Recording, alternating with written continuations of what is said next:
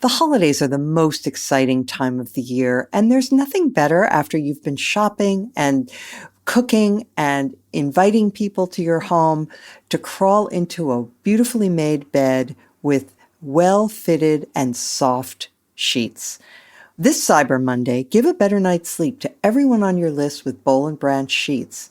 Get 25% off site-wide plus free shipping when you use promo code BEGTODIFFER at bollandbranch.com.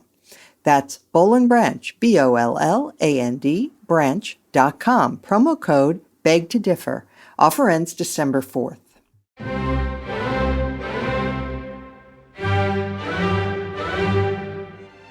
Welcome to Beg to Differ, the Bulwark's weekly roundtable discussion featuring civil conversation across the political spectrum. We range from center-left to center-right. I'm Mona Charen, syndicated columnist and policy editor at the Bulwark. I am joined by our regulars, Bill Galston of the Brookings Institution and the Wall Street Journal, Linda Chavez of the Niskanen Center, and Damon Linker, who writes the Substack newsletter Eyes on the Right. Our special guest this week is Brookings Institution Senior Fellow Richard Reeves. We have a lot to get to this week with news about China, news about anti-Semitism, Kanye, Trump, etc. But I'd like to begin with a discussion of Richard's new book. It is called Of Boys and Men. I welcome this book because it addresses a matter that is, I think, too often neglected. It's something that I addressed somewhat in my 2018 book, Sex Matters. He has some innovative ideas, so thank you, Richard, for being here. First, let's begin with laying out the problem. You talk about the fact that when Title IX was first passed, it was explicitly to close a gender gap in higher education that favored males. But a lot has changed since then, right? Yeah. In fact, it's gone the other way. So in 1972, when Title IX was passed, there was about a 13 percentage point advantage for men over women getting a four-year college degree. Today, it's about 15 percentage points the other way around, advantage for women over men. And so on that measure, and on most other measures in terms of higher education, there's a bigger gender gap today than there was when Title IX was passed. It's just the other way around. And I think it's worth noting that nobody really predicted that. So in the 70s and to some extent into the 80s, when there was a lot of political capital and effort correctly going into improving educational outcomes for women and girls, and especially on college campuses, nobody predicted that the lines would just keep going. And so to some extent, we're in this world that no one expected, no one planned for, and doesn't really have the intellectual equipment for in some ways. Even talking about gender inequality running the other way is difficult for people. But I think obviously the numbers speak for themselves, but we're also seeing a growing number of Title IX complaints being brought against US colleges and universities on behalf of men. In fact, just a couple of days before we're recording this, the Department for Education Office for Civil Rights has taken a complaint against Stanford on the grounds that many of its women-only programs discriminate against men. And so it's going to be interesting to see how some of those Title IX cases play out now that they're being used the other way around. You point out that 57% of bachelor's degrees now go to women, as do 3 out of 5 master's degrees and the majority of doctorates. But don't you think, Richard, the awareness of this gender imbalance being in favor of women has not really dawned on most people? If you talk about gender inequality today, most people assume you mean that women have to be given more support and encouragement to come into equality with men, right?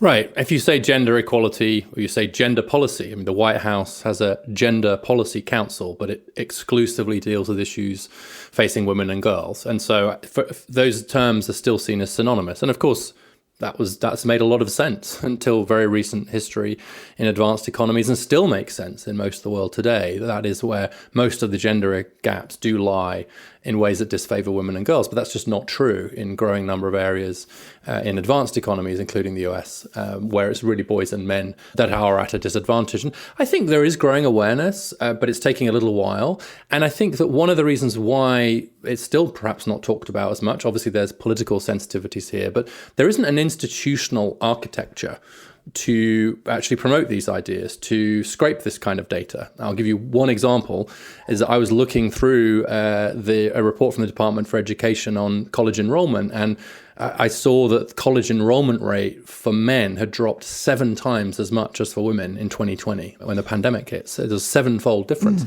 And it was in Appendix 3, Table 2, whatever. And I literally carried it around Brookings and showing it to all the education people I knew, saying, did you know this? And not a single one of them knew. And those are literally the people who, if anyone was going to know, they were going to know. But on the other hand, there was nobody whose job it was to draw that number to anyone's attention, where, of course, there are lots of organizations who would do a great job of drawing gender inequalities to our attention when they're the other way around. So there's just an asymmetry in institutional capacity here too. Right. Okay. Now you get into some of what you think is causing this gender imbalance, which is, by the way, not confined to the United States. Other advanced countries, including the country of your birth, are seeing the same kinds of patterns. So talk a little bit about what you think is contributing to this sort of male recession, as you call it. The answer to that question will slightly depend, Mona, on which bit of the story we're talking about, whether it's education or employment or family life, although, of course, they're obviously related. But in education, you quite rightly point out that actually in every OECD country now, there are more young women with a college degree than men. And in some countries, and especially the most gender equal ones, by most measures, the gap is greatest. So in Scandinavia and all of the Nordic countries, there's a huge gender gap. And so that leads me to think that this is more structural in nature than, it's not a quirk of the US education system or the Finnish education system. In fact, the Finnish education system seems to produce actually pretty average results across OECD for boys. It's the Finnish girls who are doing well. The Finland has a huge gender gap. That's at K-12 as well as post-secondary. Why is that? Well, I actually think we have to face the fact that in many ways, the education system is more female-friendly than male-friendly.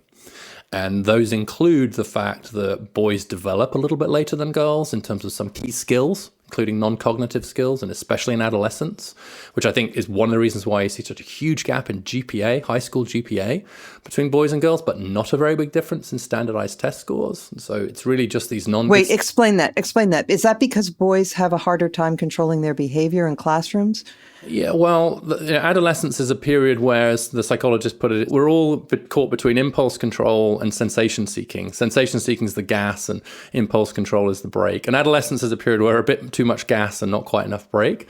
But that's much more true of boys than girls. And most importantly, girls develop the ability to have future orientation, control impulses, organize themselves earlier than boys do, largely because they hit puberty earlier. So puberty triggers the development of the prefrontal cortex, which is the bit of your brain that has you turn your chemistry homework in. To put it in very vernacular, that remembers you have chemistry homework. Can I tell you a very brief personal story? Sure. I'm the mother of 3 boys. I know you're the father of 3 boys. When my middle son, who was typically forgetful about his schoolwork, he had a teacher who would routinely tell the girlfriends of the boys in his classes, "Can you please tell so-and-so that the assignment is due on Thursday?" Yeah, well, if you ever needed evidence that teachers know this stuff, and so actually one of my proposals is to start boys in school a year later than girls, so that they're chronologically a year older, which means developmentally they'll be a bit closer. And it's interesting, in the policy wonk circles, there's a debate about that. Obviously, there are costs and benefits, and what's the evaluation, and clearly it would need to be evaluated carefully. But it's interesting. It's also one of those policy ideas that when you go, every single teacher and school principal I've said that to has gone, of course. Like, well, duh. And so there's this interesting disconnect between the sort of policy discourse with our regression tables and quite rightly looking for evaluation. Every teacher goes, yes, please, because they know that these gaps that you've just highlighted in that story are real. And so if you have an education system that rewards those sorts of skills, particularly at the critical ages, like the ages 15, 16, 17, those are really important years in the education system, really critical. And they turn out to be the years when you see the biggest gaps in the development of those particular skills. And so weirdly, it took the women's movement to take some of the ceilings off women's educational opportunities and girls' educational opportunities, to expose the way in which neurologically the education system is somewhat biased in favor of girls and against boys. And in fact, girls were doing better than boys in GPA not as long ago as the 1960s. in high school. It didn't make any sense at all. Like, you couldn't argue there was good incentives. So that suggests there was something structural. And the other two things I'll just mention almost in passing, but I think are at least as important, are the need for more male teachers. The teaching profession is becoming steadily more female in its composition, now 76% female. And there is some evidence that male teachers help boys, especially in subjects like English, where they're struggling, and which, by the way, the men are least likely to teach. And I would say a significant underinvestment in vocational forms of learning, applied forms of learning, technical high schools, apprenticeships, etc., which everything else equal seem to be much more beneficial to boys than girls and men than women, which I now see as a feature rather than a bug, and actually an unintended consequence of the underinvestment in that kind of learning in the US has been to significantly disfavor boys and men. You have so many suggestions in the book, lots of wisdom here about other potential policy interventions that might be appropriate. So I highly recommend people buy and read the book, Boys and Men. So I want to just follow up on one thing that you mentioned in the book, but I want to hear a little bit more about. And that is you say that we really need a big push to have men teach, even at the very young, ages, like even preschoolers should have male teachers, and men should be involved in that. And then you mentioned that one of the obstacles is parents' discomfort with the idea of men being in charge of toddlers because they're afraid of abuse. You mentioned it, but you didn't give a solution. So I want to hear more on that from you. Well, I think the solution is to increase the proportion of men in those professions, like early years education, such that they are not an abnormality. Once they become much more normal, then I think it'll be less troubling for parents. I think when it's such a small number, then that's actually just, it's weird for parents. They go, wait, what? You're going to have a guy look after my 3-year-old or 4-year-old? And in fact, my own son has done some early years education and still does some of it, and has faced some of that stigma and some of that discrimination. But I think when it's only 3%, between 2 and 3% of kindergarten teachers are male, then inevitably they're a real oddity. And you may also get some selection effects as to kind of who wants to go into those professions when you are going to face such huge stigma.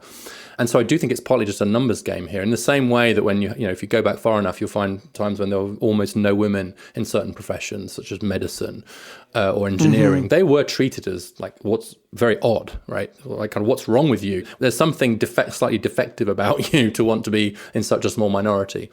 And so I do think we just need to get more in, and that's going to require all kinds of things. But whereas we've seen a huge effort to get more women into male-dominated professions, which I applaud and which have been quite successful, there's been nothing on the other side, nothing really in terms of getting more men into areas like teaching, nursing in the early years. In fact, as a share of the profession, there are twice as many women flying US military planes as there are men teaching kindergarten.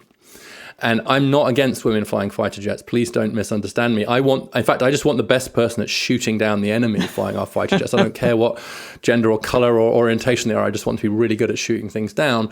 But interestingly, that's partly we're redesigning aircraft cockpits and ejector seats to become more inclusive of women and their physiques, which is great because they were typically designed for men. That's great. We need equivalent efforts to get more men into those other professions which are female dominated. We won't get to 50%. I'm not arguing that, but I do think that any profession where you're at 2%, you have to think there's some strong social norms affecting that number. Right. And there have to be, just as when women were, say, underrepresented in engineering fields, maybe the majority of women don't want to be engineers, but some percentage do. So similarly with men, maybe the majority don't want to be kindergarten teachers, but some larger percentage than 2% must want to, right?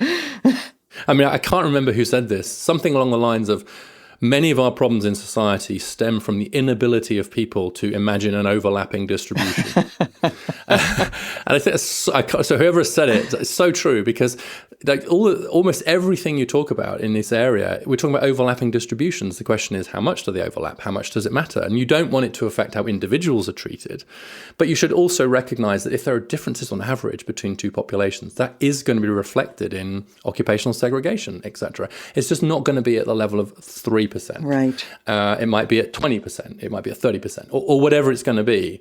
And in fact, interestingly, in the most gender egalitarian countries, there are somewhat fewer women in STEM than in other countries. And so that might suggest that there's a kind of level of equality you get to where actually the occupational structure settles to some extent aligning with real preferences. And that's the point, I think, where you should be okay with differences. You don't have to say everything must be 50-50 unless there's evidence that we're still unequal. I don't think that's realistic. But also, I think, as you just suggested, if you're at 2%. I mean, look, I just got back from the UK, and a third of British MPs are now women. And when Margaret Thatcher became Prime Minister, it was 5%. And I can remember back in the 80s, people saying, well, of course, we're not going to have so many women in Parliament. It's not really their thing. Women aren't into that kind of thing. I thought, well, okay, well, we've now got a third. Yeah. So that suggests that 5% is not a time to be saying that. Now, we might not get to 50%, but a third is a lot more than 5%. So I'm skeptical of overweighting differences to justify very big inequalities. All right. I cannot let you go without pursuing the one area where I was critical of your book, and that is, because you do make a very important pitch about the importance of fathers, but you were less, I would say, enthusiastic than I am about the importance of encouraging marriage. And so I wonder if you could address that. You may have read the review that I wrote of your book. I did. Thank you for that review. It was a very, very good review, and I recommend it to everybody listening. Well, thank you very much. I'm glad. But at the end, I did pursue this one area of disagreement where I think, you are ready to say we need to reconfigure our ideas about how old boys should be when they start school and what kinds of fields they should go into and many other aspects of our social lives and cultural approaches. But you seemed a little less willing to say that marriage is an important social institution that needs to be supported and encouraged.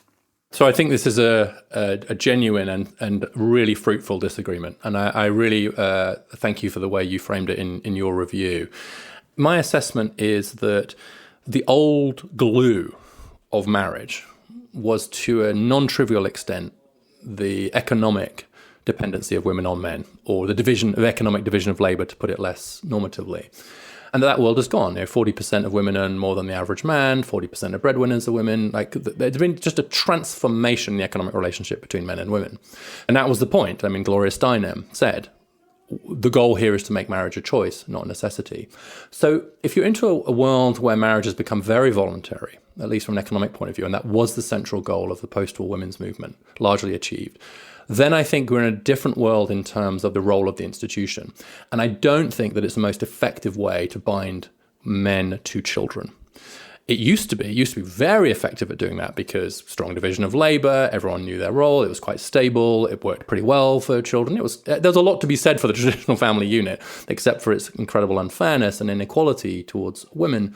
And the world we're in now, I think we go for fatherhood. I think that trying to elevate the role of responsible and engaged fatherhood is the way to go.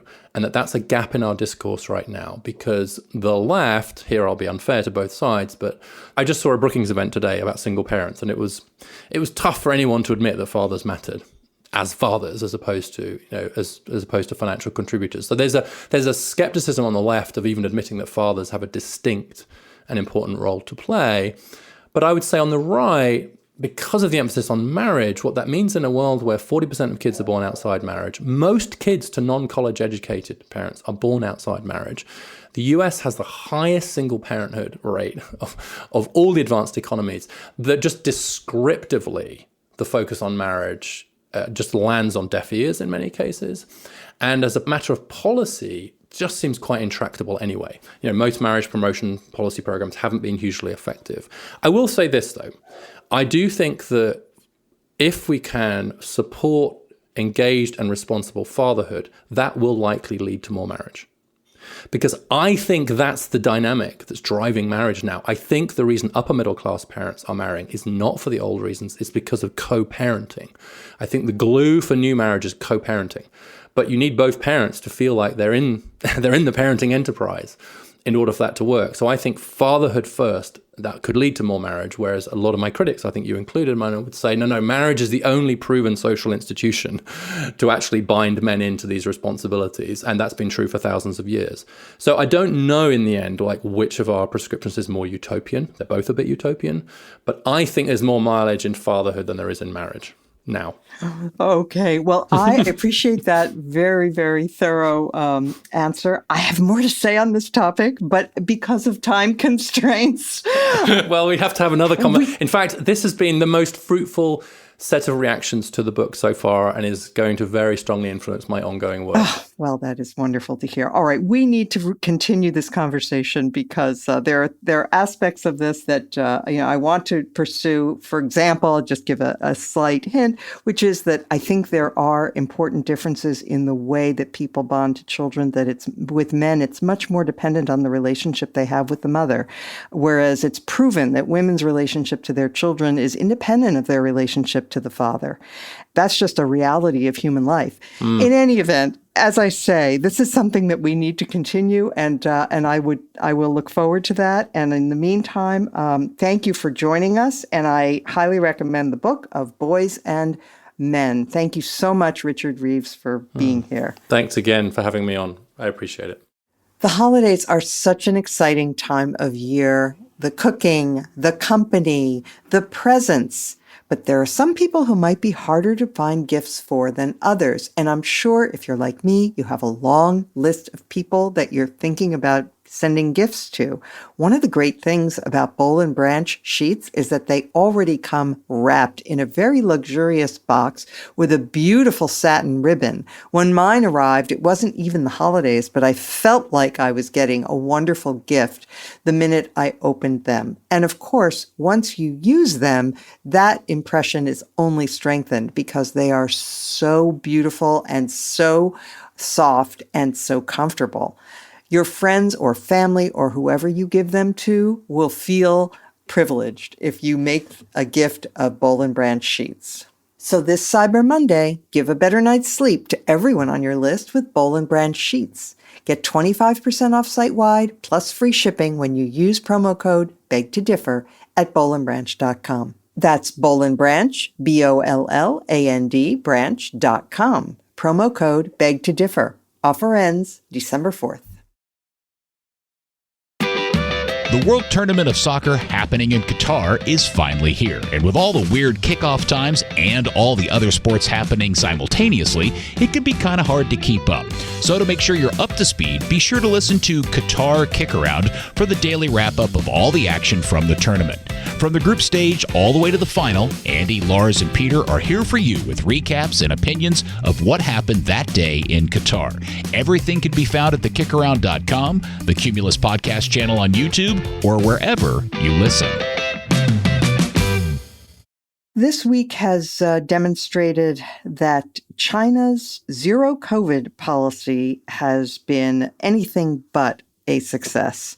Whereas it seemed in the first year of the pandemic that China had achieved this tremendous victory in keeping the number of deaths from COVID to much lower rates than the rest of the world, we now are seeing China erupt in protests across the country, such as we have not seen since 1989. I'm going to turn to you first, Linda. It began with a fire in a town called Urumqi. I'm probably mispronouncing that. As with so many other settings in China, this was one where they were under lockdown, which in China is a completely different concept from what we exaggeratedly call lockdowns in the West. Literally, people were locked into their apartments. And in the case of this apartment fire that killed at least 10 people, we really don't know how many, the fire exits were locked because of COVID restrictions. And therefore, people couldn't get out when the building started to burn. And yes, I think there has been a kind of different reaction we've seen around China. And certainly the fire exposed it. But another sort of interesting reason that people are so angry is that they're tuned into the World Cup. And they are seeing that what they are having to live with in China is very different than the rest of the world. They're seeing in Qatar, they're seeing people in stadiums sitting there enjoying themselves without face masks, not a whole lot of concern about the raging epidemic. And I think that has made them realize that what they are dealing with in China is a kind of totalitarian reaction to the pandemic. Xi Jinping, I think, has really made a strategic error here in the way in which he's handled this. I mean, he's done so many things wrong, refusing to allow imported vaccines, the mRNA vaccines that were produced in America and elsewhere, which were far more effective than the ones that China itself has produced. You know, that in and of itself has meant a higher death rate. You know, it's easy to be sympathetic that in a country like China with so many people that you wouldn't be talking about thousands of deaths if the variants change and we get, again, a much more powerful COVID strain. You could be talking about millions of deaths. But I think the people are fed up, and you're seeing a level of people taking to the streets, and they fully understand what the rules are in terms of protests. They know they can't say the wrong thing. So what they're doing is holding up blank pieces of paper, saying nothing on them. But saying that nothing is also saying everything. So New York Times columnist Nick Kristof relates the story about those white sheets of paper. He writes, "There's a Soviet joke that has long circulated in China about a man who was arrested for protesting in Moscow's Red Square by holding up a blank sheet of paper. 'How can you arrest me?' the man objects in one version. 'I didn't say anything.' 'Everybody knows,' the police officer answers, 'what you mean to say.'" And so it's interesting that they have seized on these blank sheets of paper as this symbol. And one of the things that's so interesting, and Damon, I'll come to you next, is that when you read the accounts of people who are brave enough to speak to foreign journalists, they say that they weren't sure until these protests began that their views weren't just their own idiosyncratic approach, but that actually they were widely shared. And they're chanting things like, "We want freedom." They're even chanting, "Give me liberty or give me death," which is, that's kind of familiar. Important. Yeah, it sounds kind of familiar. Amazing. Precisely because China is so locked down, I always feel a little bit like I don't know what's really going on there. So these stories from the last week have been heartening, but I still wish that we had more kind of synoptic coverage of the country. Like, how widespread is this really? Has there been any pushback from the regime beyond the little that we've heard? It's a little bit like, there's this other reality on the other side of a high wall, and you're kind of up to the wall with your ear trying to hear little dribs and drabs, and you can hear little bits, but you don't really know the whole picture. I mean, I would be very eager to get more information, and that's the flip side of your point about how a lot of the people haven't been trying to protest because each of them thinks they're the only ones pissed off about the fact that they're now living in a prison, not just the kind of metaphorical prison of living in a dictatorship. It's a semi-metaphorical prison, but literally in your apartment, not able to leave because of this lockdown policy. It really highlights how we take for granted in free societies that we're enmeshed in this incredibly complex civil society. And then when you have the internet and other forms of communicative technology, that we're always hyper aware of what public opinion is, and as it goes up and down, and the conflicts of different people and roughly how many are on different sides of issues. Whereas in a totalitarian, technologically totalitarian dictatorship like this, everyone's an atom, an atom, an isolated creature off by him or herself. And, how this plays out, it's hard to say. The other thing I don't know is how far could this possibly go in changing things there? I'm a little skeptical, if only because Xi has worked so hard now over many years to purge any form of liberalizers from the government, from the party, just rendered even more severe in the last couple of months at the last conference, that, you have to wonder, like, are there any fissures in the ruling class? Is there anything you could imagine where the military, some faction of the military, some other faction of the party could break off from the circle around him and actually take the side of the protesters? That's what you'd need to see to have this actually become something real, not just something that surges up and then quickly dissipates, but actually something that could actually truly shake things up.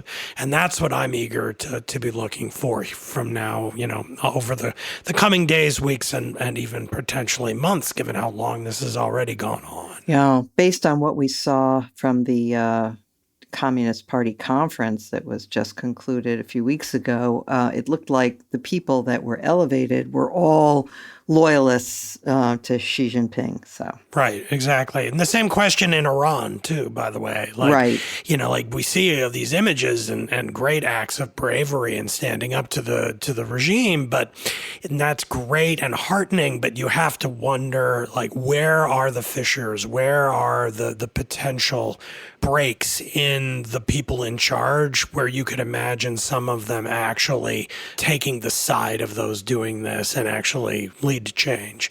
That's what you need to be looking for, I think. Bill, this can be seen as an object lesson in why authoritarian societies are inferior to free societies, with all our faults. And we certainly made our share of mistakes in handling the pandemic. When you make a mistake in an authoritarian country like China, there are no fail-safes. There's no accountability. There's very little pushback. And so, as the rest of the world is emerging from the pandemic and has a combination of natural immunity, having gone through waves of infection, and also vaccine-generated immunity, those twin sources that have allowed most of us to come out of this, China, with its harsh lockdown approach and its refusal to use the good Western mRNA vaccines, has neither. And so they have really painted themselves into a very, very bad corner. If they lift the restrictions, there are going to be a lot of deaths. If they don't, they're going to continue to encourage this kind of frustration and anger on the part of their people and damage their economy. And it's a real mess. Well, I agree, Mona. Xi really has painted himself into a corner. And one aspect of that corner is political. Having eliminated all rivals, he has no one to blame but himself. He is being targeted now, not local or regional officials so much, precisely because everyone can see how much power he's gathered into his own hands. What will be an action-forcing event creating the possibility of splits in the leadership? Let me offer a tentative answer to that question, and that is that the Chinese Communist Party for decades now has enjoyed what scholars call performance legitimacy. And that is that although the government is not authorized by the people and in a free election might not be sustained, the ability of the party over the past 3 decades to create an extraordinarily high rate of economic growth and social mobility and geographical mobility has created a sense of, if not satisfaction, at least acceptance in many quarters. Now, precisely because of the shutdown policy, the economy is slowing down dramatically. It was already being slowed by a crackdown on real estate speculation and lending. But now, ordinary economic activities are grinding to a halt in major cities. Small business people are going crazy because they have nothing to fall back on except daily activity. They can't live with this for very long without going out of business. The economic growth rate in China in the most recent quarter was around 3%, and that's after even slower growth in the first 2 quarters. And this is not a problem that can be solved without a significant change, of course, on COVID by the leadership, but it would mean eating bushels and bushels and bushels of crow and admitting that they had made a big mistake. Let me segue to the blank paper protest. Another aspect of it is that young Chinese students are being arrested for singing the national anthem. Why is that, you may ask? Well, I actually looked at the lyrics of the Chinese national anthem, and let me read just 3 of them to you. Stand up, those who refuse to be slaves. The Chinese nation is at its greatest peril. Everyone is forced to let out one last roar. Exactly. So what are the authorities supposed to do about that? Yep. No, you have to hand it to these protesters. They're incredibly clever. That's really just brilliant. Yeah. And I'm trying to figure out how the Chinese authorities will sustain a policy of arresting students for singing the national anthem. I mean, I guess it's back to the Soviet joke. We know what you mean to be saying. Yes.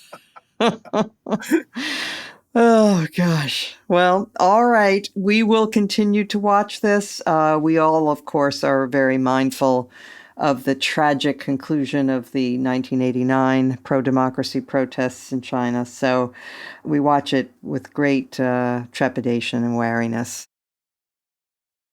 All right, let us turn now to the Mar-a-Lago Nazi dinner and the response of the Republican Party. So the former president, over the Thanksgiving break, chose to invite to dinner Ye, the entertainer formerly known as Kanye West, who Trump invited despite the fact that Ye has been on an anti-Semitic tear that is really kind of off the charts, wishing what he called Death Con, I think he might have meant Def Con, but whatever, Death Con 3 on the Jewish people. On Thursday, we're recording this, he appeared on the Alex Jones show. And Damon, I'm going to go to you first. You talking before we began recording, and you said this is the first time you've ever seen Alex Jones be the voice of reason with anyone. Yeah, InfoWars, the location of reasoned discourse, but not really. I mean, like as we've been recording, I've been following what's continued to happen, and it hasn't been pretty, including from Alex Jones's side of it. It's really just an appalling display. Hard to even summarize, but it did include Kanye saying things like, we got to stop saying so many bad things about Nazis. They did some good things. I like Hitler. I mean, it's unlike anything I've ever seen. I've never witnessed a self-immolation quite like this in public life. Already there were polls showing Kanye with like 74% disapproval ratings, and like that's not going to change from this, thank goodness. And it's totally normal, Damon, that he appeared on the program wearing a black mask that completely obscured. Yeah, like a black ski mask, completely obscured. Yeah. He looked like a terrorist from like Die Hard or something. Like, and he spent a couple of minutes mocking Benjamin Netanyahu with a voice that sounded like Elmo from Sesame Street, which isn't even funny if you were looking for that kind of edgy humor. It was just, you just kind of sit there slack-jawed, like wondering, why is there no one in this world who will keep this guy from destroying himself with his eruptions of idiocy? And a former president of the United States thought that was a fine person to invite to dinner. Yes, however, listen to this. As of about an hour before we taped this, the very well-known now tweet from the House Judiciary Committee from about a month or so ago, that says Kanye, Elon, Trump. It was actually from October 6th. That was finally deleted. Wow. Shortly. So, ladies and gentlemen, we have finally determined that the GOP draws the line at I like Hitler. We've finally reached bottom, everyone. It's only up from here. Yeah. So, I mean, I don't know what else to say about any of this other than, it's a little bit like the old Marx adage of like the first time is tragedy, second is farce. Like where this is the farce. This is Donald Trump with his dinner guests and then like doing his Truth Social little statement tweety things on Truth Social, like being ultra, Trumpian, contrite, half apologizing, making it seem like it was no big deal, inviting these people to sit and dine with the former president, and then the circle around Trump, everyone in a panic mode about how they didn't keep these people from coming in to visit with Trump, but of course Trump won't let anyone manage him. And meanwhile, we're, I guess, 10 days or so into the Trump 2024 campaign. It's going to be a really long 2 years, everybody. Linda, Michelle Goldberg had a column about the modern anti-Semitism, and she made this point. She said when she was a kid or younger, anti-Semites were on the fringe, and they were people, of course they were out there, but they were not powerful. They were not mainstream. And now we have a former president of the United States, no less, but also, other sort of big figures like Kanye, who's an important cultural figure, like Elon Musk, who dabbles in anti-Semitism, and certainly, he tweeted out the Pepe the Frog image, not one of the most anti-Semitic ones that are out there, but he's literate enough on these memes of Twitter to understand that Pepe the Frog is associated with the alt-right and with anti-Semitism. Dave Chappelle, choosing this moment to talk about how many Jews there are in Hollywood and make that, his Saturday Night Live skit. Kyrie Irving, a famous basketball player, engaging in kind of vile anti-Semitic conspiracies. So what do you think about her statement that it's different now because of all of these powerful figures who are spouting this kind of poison? Well, I think she's awfully young because she seems not to have noticed Father Coughlin, who was a very powerful figure in America, who was a raving anti-Semite. Henry Ford, who was a powerful figure and an anti-Semite. We have had anti-Semites in powerful positions before. And anti-Semitism, I think, was not that unfamiliar to the establishment. I mean, I think that, anti-Semitism was much more prevalent among the upper class than it would be found today. So I don't know that it is worse, in the sense that it's been with us at all time. I think what has changed is that we've come to recognize and be willing to speak out about anti-Semitism. And so someone like a Trump who ignores the toxicity of anti-Semitism. And, you sort of wonder, this is a man who has Jewish grandchildren, whose daughter is a convert to Judaism, whose son-in-law is obviously Jewish. And yet a lot was made of Nick Fuentes' presence there, as if that was the real problem. But the fact is Kanye West was invited, and Kanye West has had a load of trouble with his anti-Semitic remarks and behavior. And Trump surely knew that, and yet he was willing to have him come and dine at Mar-a-Lago. And Nick Fuentes he brought along because apparently Nick Fuentes is involved in Kanye West's own presidential bid. In fact, the only word of condemnation we saw out of Donald Trump initially was that he thought it was a really bad idea for Kanye West to run for president. And Kanye actually had the temerity to suggest that Trump join the Ye team as the vice presidential choice on that team. So, look, it is worrisome. I guess I would only quibble with throwing Dave Chappelle into this group because I think he is always edgy with his comedy.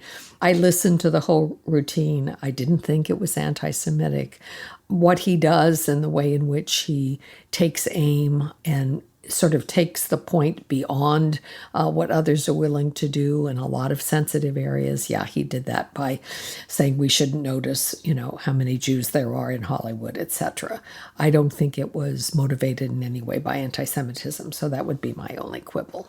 Bill, it is astounding that the Republican Party is having so much trouble with this. They lost their spines so long ago on all Trump-related matters that only now that he is losing politically are some of them finding the courage to say things about his complete moral unfitness. By the way, I would leave Mitt Romney, put him in a special category because he always does say the right thing. And for example, about this, he said, there is no bottom to the degree to which he's willing to degrade himself and the country for that matter. Having dinner with those people was disgusting. He said, I voted to remove Trump from office twice, and so on. So that's great. He also said, I don't think he should be president of the United States. I don't think he should be the nominee of our party. And I certainly don't want him hanging over our party like a gargoyle. I thought that was well phrased. On the other hand, Mitch McConnell didn't phrase it in terms of morality. He made a statement that was kind of like a handicapper. He said, anyone meeting with people advocating that point of view, in my judgment, are highly unlikely to ever be elected president of the United States. Really? Is that the best you can do, Mitch McConnell? That's your analysis of the situation? I don't know, Bill. What do you have to say about all this? The modern Republican Party has forced me to define gratitude down, and I am now grateful for very small favors. I do think that the reaction of leading figures in the Republican Party has been observably better than at previous times in the past. And I think that's important, whatever is motivating it. If in politics I demanded that people not only do the right thing, but do it for the right reason, I wouldn't find it very easy to build alliances. So I think that the better part of wisdom is to praise people who are finding it within themselves now to indicate some discomfort and doubts, however these doubts are phrased, and to encourage more people within the Republican Party to overcome their fear. I say this for the following reason that connects up with the anti-Semitism discussion. I seem to be in a phase now where I'm quoting one of my favorite plays, Shakespeare's Julius Caesar, a lot. And the quote that I want to focus on today is a well-known one that reads, "The evil that men do lives after them." And the good is oft interred with their bones. Interred with their bones. Right. Now, setting aside the question of what good Donald Trump did, the evil that he did is likely to have a persistent presence in American politics. And one of the worst things, in my judgment, that he has done is to make the unsayable sayable, to break down the limits on the expression of detestable views. And some people have taken the view that it's better to have these things out in daylight. To which I reply, there is a real advantage to repressing these views, and that is that their public statement does not encourage other people to adopt them or to believe that it is appropriate to say them. I think these sorts of limits, whatever the internal condition of men's souls, are really important. And by destroying these limits, Trump has let a number of very evil genies out of a number of bottles, and getting them back into those bottles is not going to be easy. Yep, well said. I am worried that this current wave of anti-Semitism, which regrettably is not confined to one portion of the political spectrum, could turn into something pretty ugly. Now, obviously, as listeners may know or may have guessed, I speak as an aging Jew, who grew up in a country assuming that in the United States anyway, these phenomena were part of the past, disappearing in the rearview mirror and not to be seen again through the windshield. And I'm really beginning to wonder whether that's true. Just one other thing. My wife and I were reading the newspapers together, as we always do every morning. And this morning, I took note of the fact, that justifying his dinner with Ye, Donald Trump said, well, he's always said such nice things about me, right? And I commented to my wife, boy, that's a really simple psychology. And she corrected me immediately. She said, no, it's infantile psychology. Yep, it's pure solipsism. He has no external guide about good or evil. It's just, what have you said about me? Honestly, he could have had dinner with Himmler. If Himmler had said, you're brilliant, he would have said, I have no problem with the guy. I don't know what else he might be doing, right? That's his psychology, and he's a very disordered human being. And I just want to put an exclamation point on your point, Bill, about the importance of taboos. Every society has taboos. Some are healthy, some are not. The ones against prejudice and hatred toward minorities, those are excellent taboos, and we overturn them at our peril. With that, let us now turn to our final segment, our highlight or lowlight of the week. And I'm going to start this week with eeny, meeny, miny, mo, Damon Linker. Okay, well, this week I want to point to a couple of opinion columns by a friend of the podcast, Megan McArdle from the Washington Post. These showed up actually on back-to-back days, November 29th and 30th. And I read both of them, and after the second one, I thought, wow, Megan's on a good roll here. I just appreciate pundits who diverge from kind of conventional wisdom in one direction or the other and just sort of set out on a path of figuring out what they think. And Megan does that in both of these. The first one is titled, No Conservative Commentators Aren't Responsible for Mass Shootings. This responding to the fact that lamentably in this country, we have a lot of mass shootings, and we had a lot over the last 10 days or so. And the tendency of people, especially on social media and, I guess on cable news as well, to, whenever a mass shooting happens and there is any plausible connection of the shooter with some kind of fringe right-wing position or views or people, a lot of people very quickly leap to the conclusion that, the right got this person to do it. Now, I sometimes leap to that conclusion because I am often disturbed by rhetoric on the right, and I do think that it can have a cumulative coarsening effect on civil society, and that can be dangerous. But it is also true that this is at best a very subtle process and not something that we should just leap up and make it seem as if, the guy who shot up the LGBTQ club out in Colorado was somehow taking direct orders from Tucker Carlson, as much as I despise Tucker Carlson. And I think Megan, rightly follows a very sensible, reasonable position on this in her column.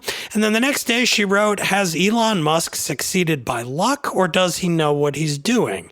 And this one isn't a strong defense of Musk in the somewhat shambolic rollout of his version of Twitter over the last month or so, but it does sort of try once again to kind of go between the extremes of either seeing him as some kind of great hero of free speech or capitalism on the one side, or as a kind of evil demon who's destroying Twitter and, basically degrading social media and our information space, and just looks at his career, his successes, his kind of risky behavior and decision making down through the years, and basically says, says that, either it's likely that things will right themselves at Twitter because he's not an idiot, or he's the luckiest guy who's ever lived because he's managed to become the richest man on the planet in part by, not starting many companies, but also, having such a big role in both Tesla and SpaceX.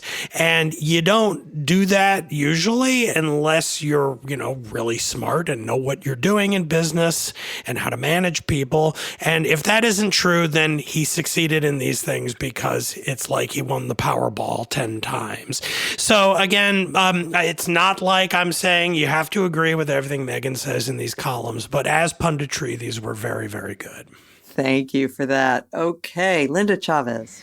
Well, I want to point as my highlight of the week to a video that was an opinion video posted on the New York Times op-ed page this week. It was called "The Text Messages from Desperate Afghans Left Behind Show This to the American People."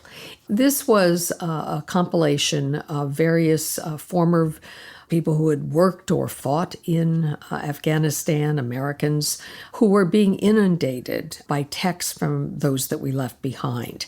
But it ends with something that I think is very important and timely, and that is a call for passage of the Afghan Adjustment Act, which has languished. It has not yet been passed, and there are really only a couple of weeks now left in this Congress to get it done.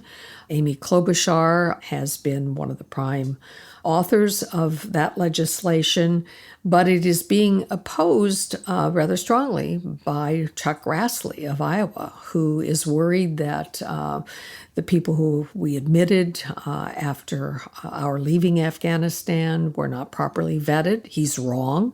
They were, in fact, strenuously vetted, despite all of the chaos of the way in which they left. But unless this Afghan Adjustment Act is passed, it does not give a path to permanent status to those that we've let in. And we're coming up on the 2-year mark where something's got to be done, or these people are going to be in great peril. So I commend this video on the New York Times op-ed page. It is heartbreaking, both in terms of what it says about what's happening to the Afghans, but also what it says about our veterans and how deeply, deeply wedded they are to this cause and to the motto, "Leave no man behind." Thank you. Bill Galston. Not for the first time, a tip of the hat to Volodymyr Zelensky. I love the way he stays on offense, not only on the battlefield, but also in diplomacy. He raised once again the urgency of creating a reasonably fast track to NATO membership for Ukraine.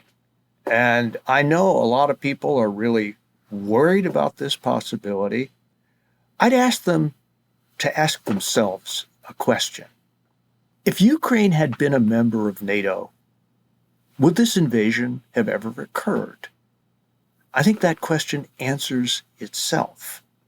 And so to people who say that membership in NATO for Ukraine would be a provocation, I would say two things. First of all, Mr. Putin needed no provocation to invade Ukraine. And secondly, that at this point, the protection of a NATO guarantee for Ukraine is the best way of ensuring that once this terrible war ends, it will not happen again. Thank you for that. I will put in the show notes a piece by my colleague Kathy Young that she wrote a few months back, demolishing this whole idea that the expansion of NATO is responsible for Putin's conduct, and it's just a devastating rebuttal. So I will find that. All right. I want to draw attention to a piece that appeared on the NBC News website.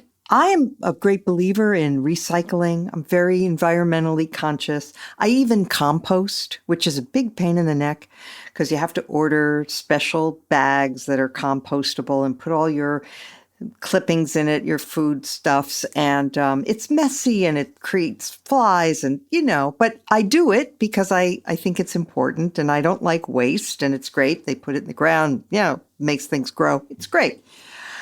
But sometimes we believe that we are being virtuous when sometimes the actual on-the-ground reality is maybe not so great. So this NBC News story is about recycling, and it is about how Palo Alto, a very progressive town, wanted to find out where their recycling was going. And unfortunately, what they found is that 40% of it went to recycling centers in the United States, which follow all these environmental rules and regulations and, are great for the environment. But 60% of it is just shipped overseas to places like Southeast Asia where there are no rules and where a lot of it winds up either in landfill or just out in the open where it seeps into the Mekong River and then into the ocean. That's thought to be a source of a lot of the plastic pollution in the Pacific Ocean. So these things are complicated. One answer would be, well, not to send recycling abroad and just to do it at home, but that would increase costs and consumers would have to pay more. All by way of saying that it's just important to keep your eyes open and bear in mind that there are sometimes unintended consequences, even of things that we think we're doing for the good. And sometimes it gets complicated. All right. With that, I want to thank everyone. I already thanked Richard Reeves for joining us. I want to thank all of our regulars, also our producer, Katie Cooper, and our sound engineer, Jason Brown, and of course, our faithful listeners. And we will return next week as every week.